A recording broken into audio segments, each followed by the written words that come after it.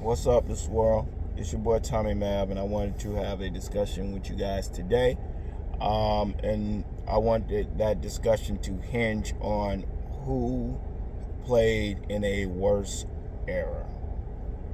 Now, in this climate, the thing that gets on my nerves the most about these people is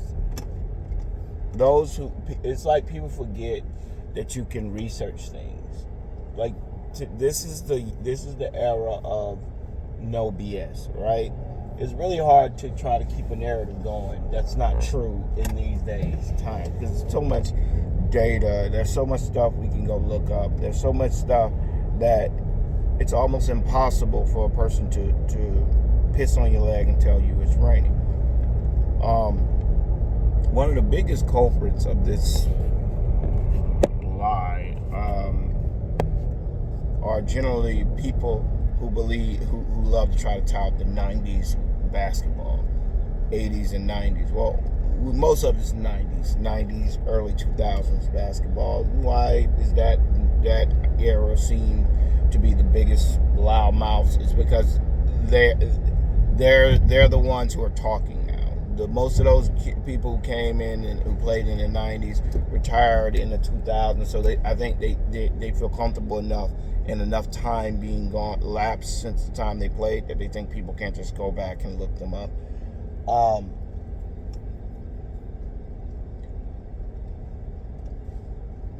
The era of basketball in the 90s, more specifically those Jordan haters. Jordan haters love to attach their entire argument to Michael Jordan's era was tougher.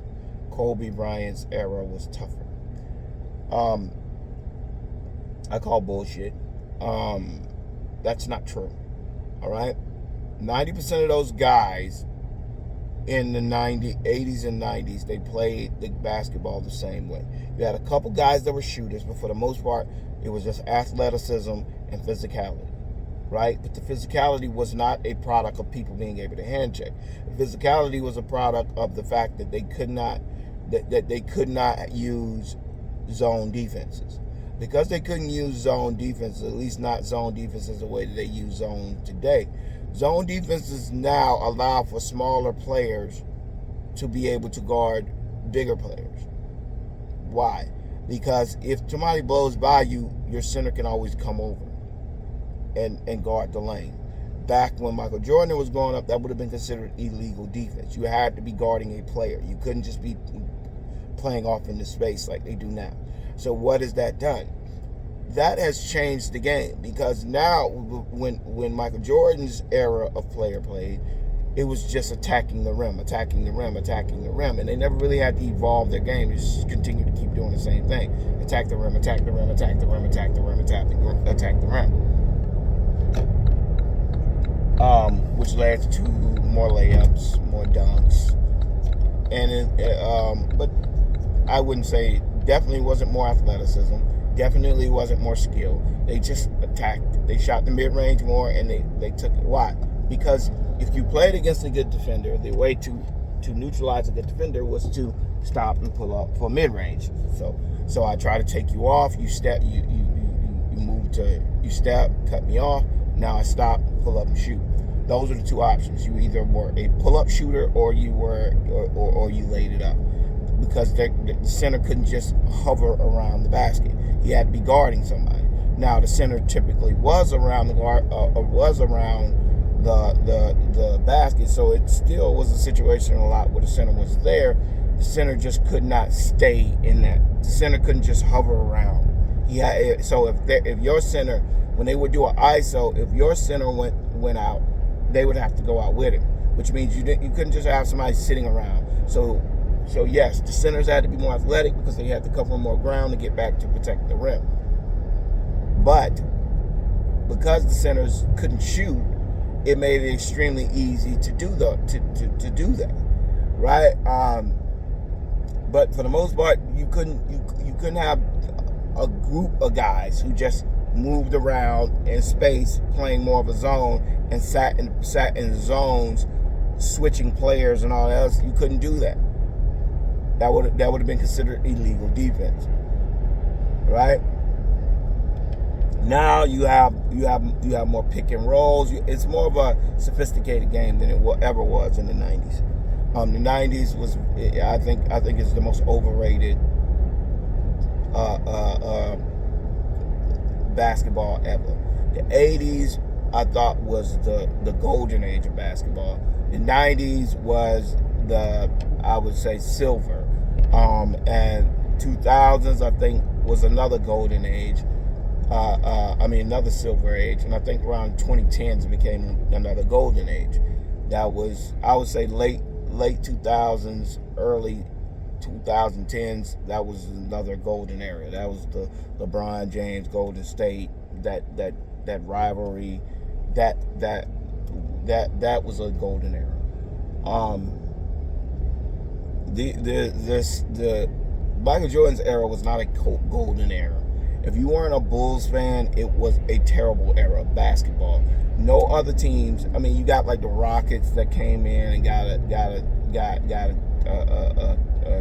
back-to-back, and the Spurs, I think, got a back-to-back. But that was like it. And people like, well, that's because Michael Jordan. No, it was more so because they didn't. When Tim Duncan came in, Michael Jordan was already done. He was no longer Michael Jordan. So he didn't really play against Tim Duncan and David Robinson. Hakeem Olajuwon and Drexler, they kind of came in when MJ retired. So it's kind of a situation where the talent on MJ's team was always better than the talent in the league. Because of the salary cap and how minuscule the salaries were, it was really hard to get mobility in the league, because a lot of the players wanted to make money, and the only way you could really make money back then was to stay with the team that drafted you. There were all types of stuff that were put into place so that you couldn't really make money in free agency as much as you can now, and you definitely couldn't ask for trades and things that they do now to have mobility in the league. It was just really mostly just people getting too old and getting cut and getting paid far beneath what their actual talents dictated they should have been paid. I mean, Scottie Pippen was grossly underpaid his entire career. So was Barkley. Only people that really made money during that time was Michael Jordan. Michael Jordan was the only one that really made a salary. His salary was so grossly. This is why I have a problem with Michael Jordan, and why I constantly say Michael Jordan, to me, does not deserve his status, because I think Michael Jordan is an extremely sociopathic person. Michael Jordan never really sided with the players.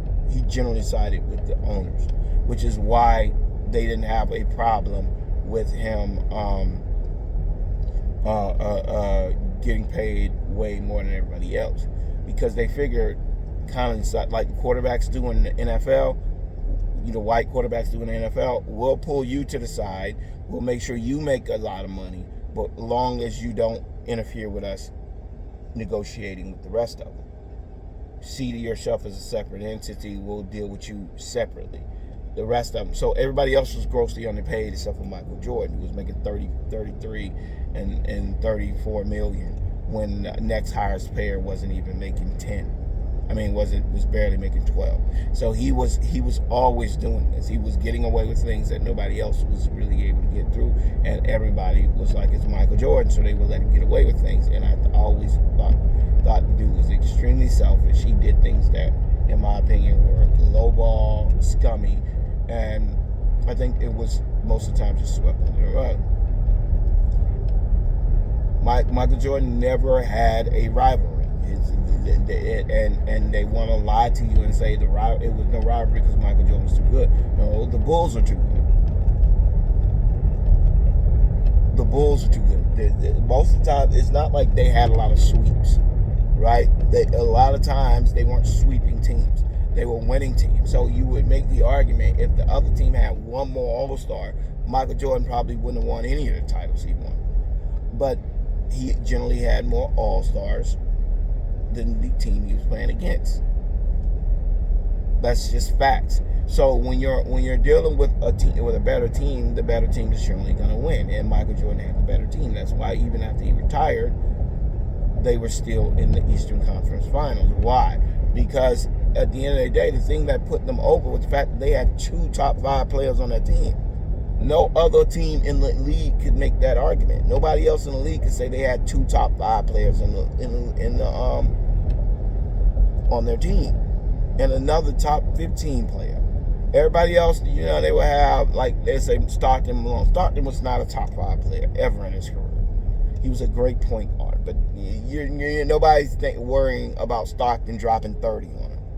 Now, he may get 12 assists, 15 assists, but that's generally at the expense of him scoring himself.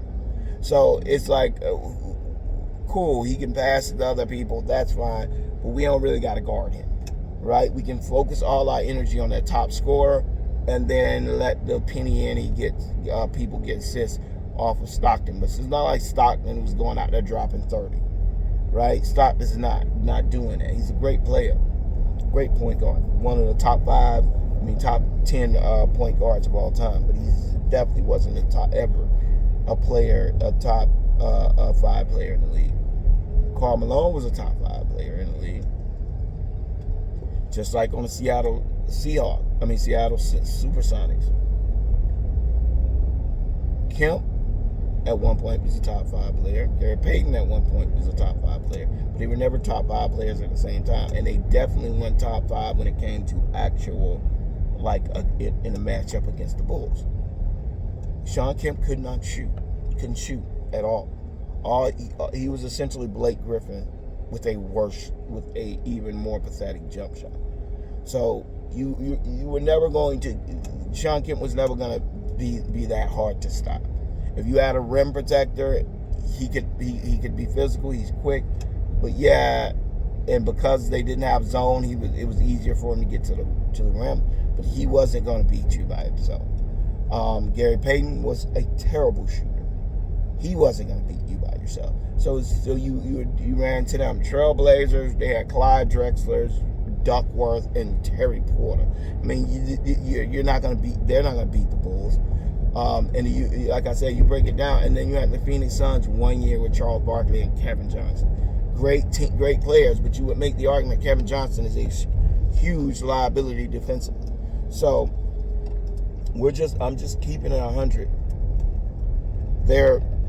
They can't. Jordan's era couldn't compare at all to this era. So these Tim Hardaways, these idiots coming out of the woodwork, they try to tout like they played in some Renaissance era of basketball. No, you didn't.